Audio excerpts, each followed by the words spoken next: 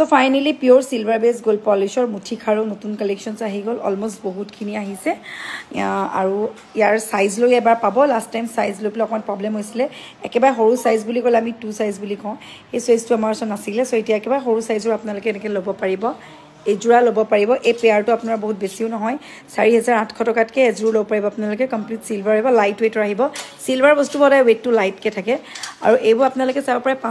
তিনটা লিখা মুঠি খাৰু ডিজাইনটো খুব ধুনীয়া এপাতৰ দাম 2500 টকা জোৰা হলে 5000 এইবোৰ 2.2 সাইজ 2.1 2.2 2.3 তেনেকৈ পাব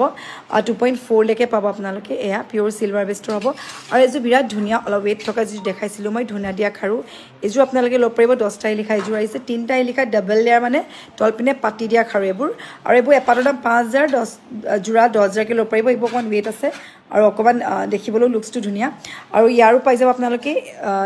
সৰু সাইজ একেবাৰে অকমানি সাইজ